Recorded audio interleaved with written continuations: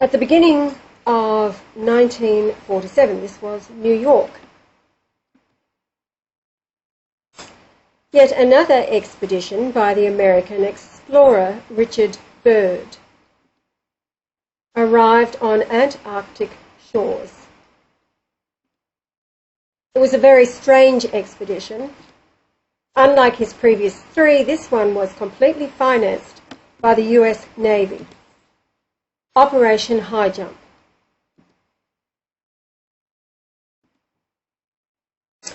Now, this report comes from all Russian Navy scientists, etc., telling the story of what happened during the years throughout the Third Reich and the exploration of the Antarctic.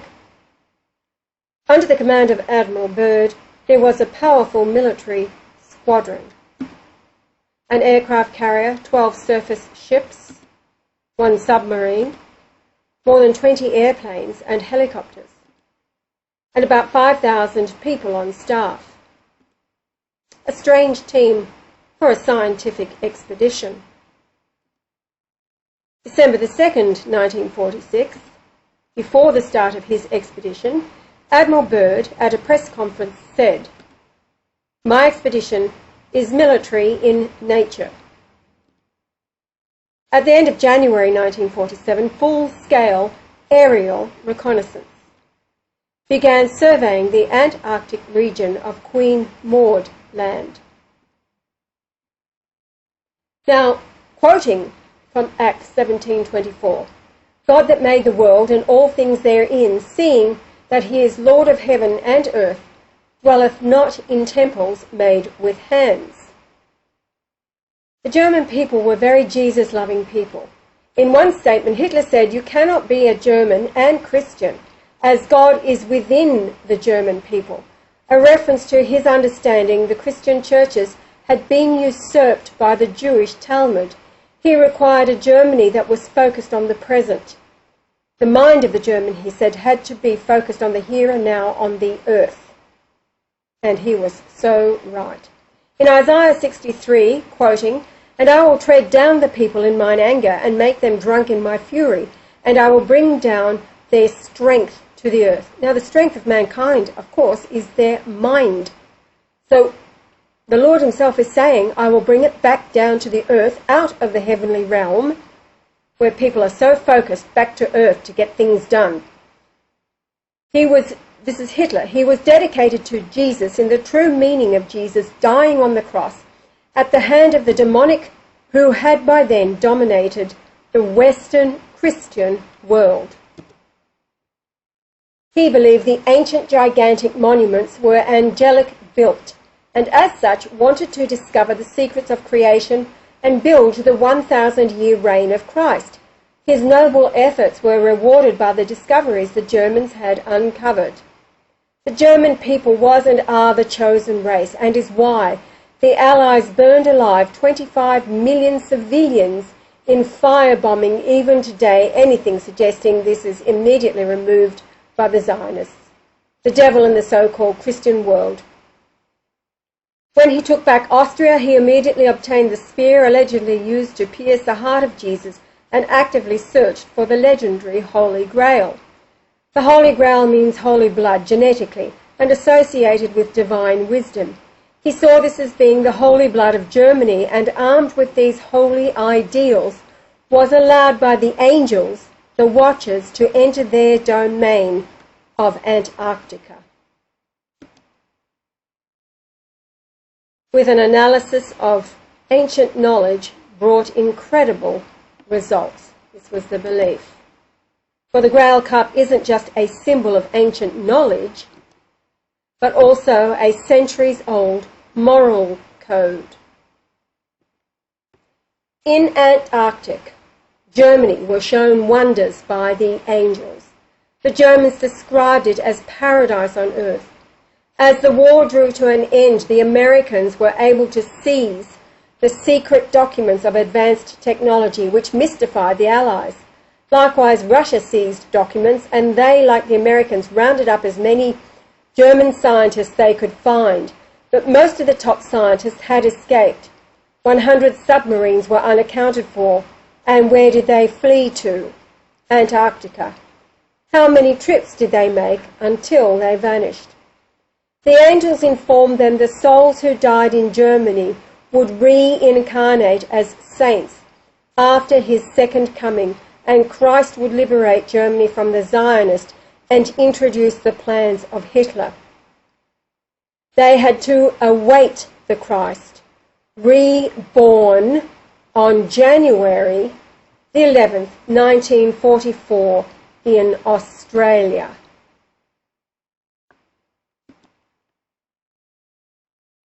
Now, Americans, this is a Russian man speaking, have always been interested in the techno-magical legacy of Germany.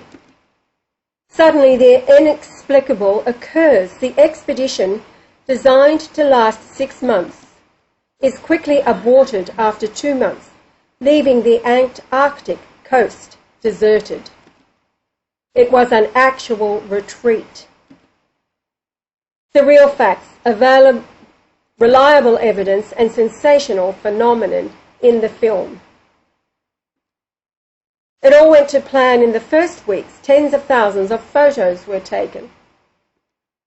Suddenly, the inexplicable happened. The 6-month expedition terminated after only 2 months, fleeing the Antarctica coast. It was a real fast retreat. They lost a destroyer, almost half their carrier-based aircraft, dozens of sailors and officers. To commission investigation, members of the US Congress, Admiral Byrd said the following, quote, "In the event of another war, America can be attacked by an enemy that has the ability to fly from pole to pole with incredible speed." What made the Americans flee?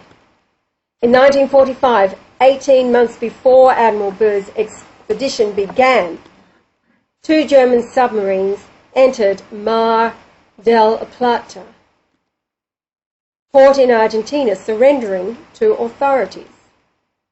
These were no ordinary submarines. They were from the so-called Führer convoy, a top-secret fleet fulfilling missions. Details have remained a secret till now. The submarine crews were reluctant to cooperate. Even so, the Americans learned a few things.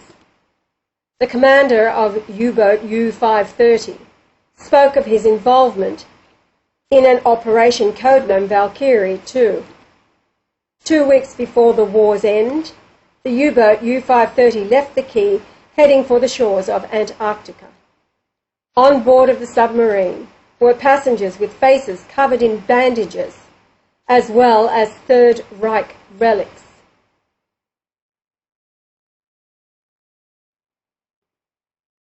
The commander of another U-boat, U-977, Heinz Schaffer, later testified that he followed the same route. It was found that German submarines repeatedly followed the Antarctic route. But why go there? In 1820, it was discovered by 2 Russian explorers, Geallinoto and Lazarev. Somebody else can pronounce that much better than I can. Since then, this mysterious continent, bigger than Europe, continues to attract explorers like a magnet. However, the 10-metre high sheer icy shores made the continent impregnable for many years. For almost a century, Antarctica remained unknown.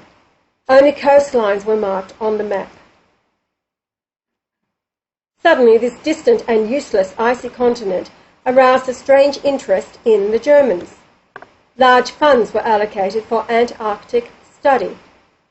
2 research expeditions were arranged. This happened just before the war was due to start. In January 1939, 2 catapult-controlled airplanes, the Passat and Boreas, took off from the deck of the Schwabenland. They began patrolling Queen Maud Land, managed to secure for the Third Reich territory the size of Germany. New Swabia.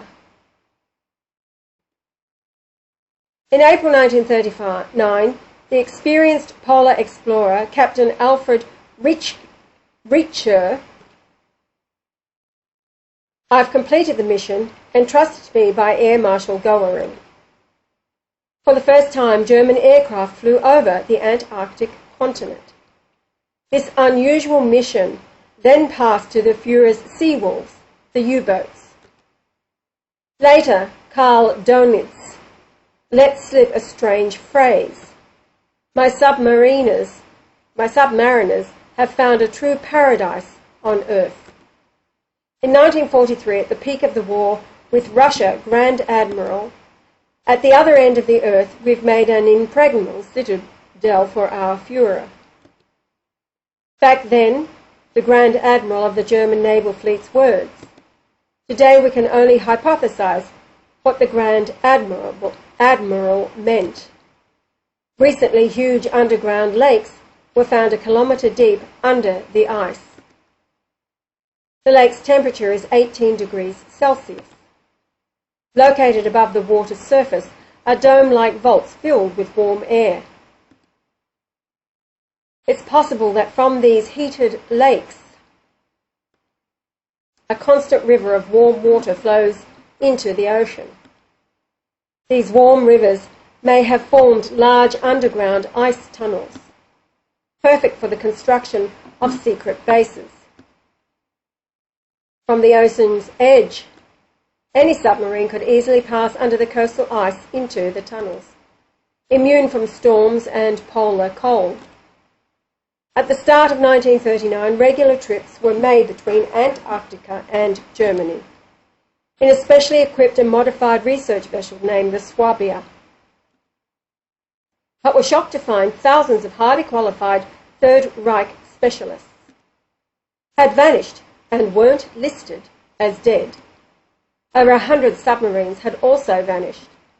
The famous polar explorer and admiral of the US Navy, Richard Byrd, received the order to destroy the Nazi base in Antarctica. But things went wrong. The resistance met by the American squadron even now raises many questions. Admiral Byrd not only reported fighter jets with incredible capacities to Washington, he also discussed an attack on the expedition by strange flying saucers. They emerged from the water at high speed, causing heavy damage to the expedition. On February 26, 1947, a battle took place, which is described by a member of the expedition, an experienced pilot called John Syrison. They flew vertically out of the water in a fury, slipping between the masts of the ships with such speed that the air flow perturbed and dislodged the radio antenna. The two Corsair from the Casablanca were slain by some kind of mysterious ray, shot from the nose section of the flying saucers. They then dived into the water near the ships. At the time I was on the Casablanca's deck and saw it as you now see me. I didn't understand these objects were silent as they floated between ships, like a satanic beast spitting deadly fire. Suddenly I saw the destroyer, Murdoch, which was about 120 feet away. The flames flashed and it began to sink. Despite the danger, rescue teams and lifeboats were immediately dispatched. To the disaster site from other ships, the nightmare lasted about 20 minutes. When the saucers again dived under the water, we evaluated our losses. They were terrifying. Who did these flying saucers belong to? Could it have been Nazi Germany? After the war, in Nazi secret archives, intriguing photos and drawings were discovered. They proved that German scientists were actually engaged. At the time, nothing like this existed. Anunnaki, when translated, means legacy of the ancestors. However, the Society's scope of interest was broader than ancient German history study. Nazi ideology was based on the theory that in the past there was a powerful Earth civilization with access to the secrets of the universe. Somewhere encrypted and scattered, this higher knowledge was preserved. Specifically, they were tasked with reviving the superhuman in Germany. It was tested for the first and last time on February the 14th, 1945, near Prague. The lift power was created by the silent flameless engine of Victor Schauberger. The lift power was created by the silent, again. Reports say the unpiloted disc reached a height of 15 kilometres, that's 15,000 metres, in 3 minutes, with a horizontal speed of 2,200 kilometres per hour.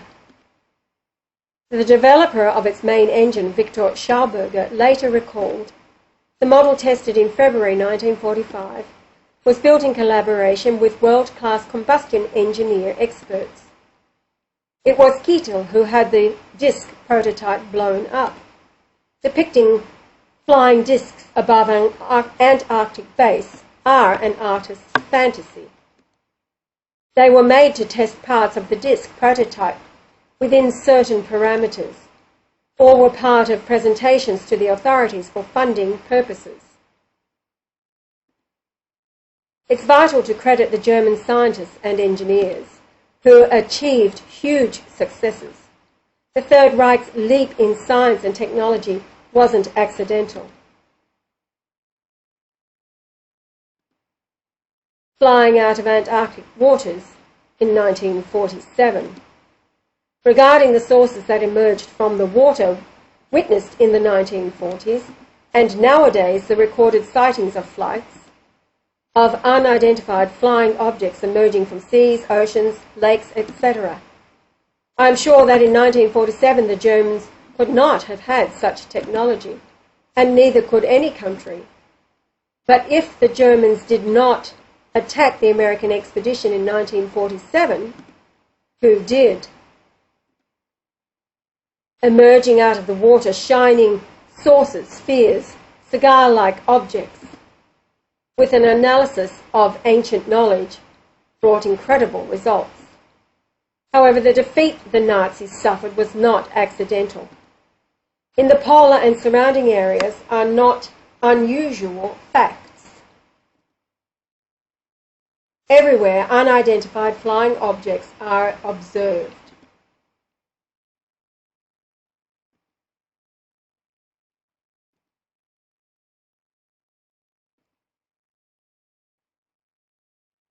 Viktor Berezhnev, first-rank captain, veteran of Soviet Navy intelligence, as a commander in Soviet Navy intelligence.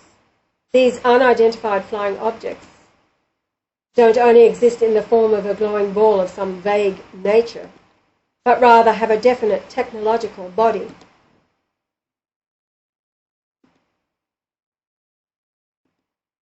One particular case I am familiar with was where, over the islands of South Georgia, very strange flying objects were observed. Emerging from beneath the waters, fishermen saw an object, as it is shown here on these pictures. Despite the strong wind, the object remained static for a long time. Clearly, it wasn't a cloud. At night, this triangle not only shone, but lights were at the I'll go back to that. But lights, and then at the end of 1942, a lightly armed flying disc took to the air.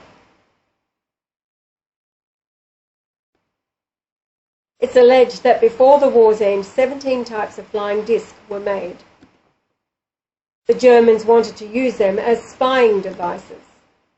The generals who took part in the Battle of Kursk, and 2 Soviet Union heroes I knew personally, a pilot and a tank commando, described to me what they saw, a disc hung in the sky during the Kursk battle.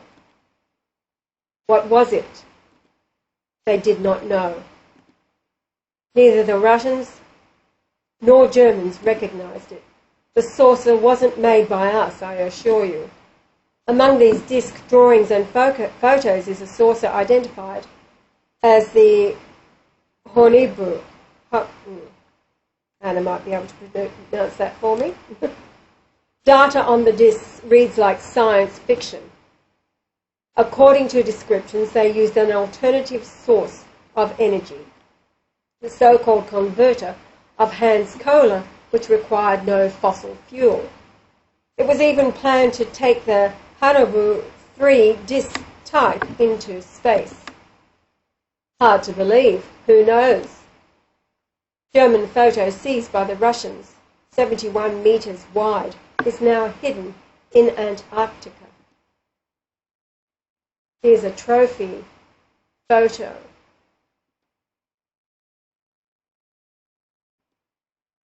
If not in space, then at least the stratosphere. In the seized archives, another mysterious document was discovered.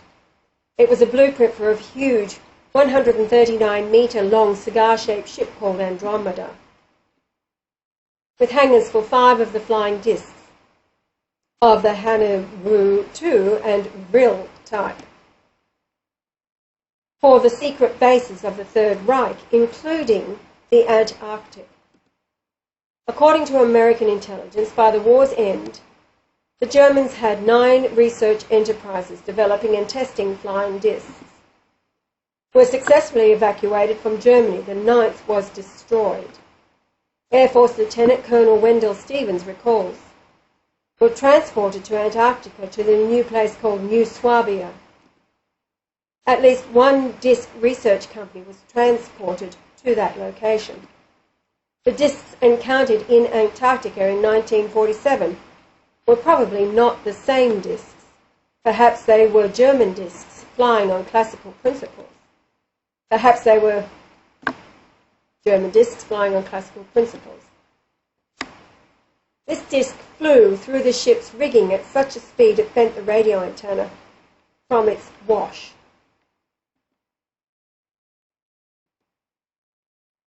Ones that had already been developed by the Third Reich.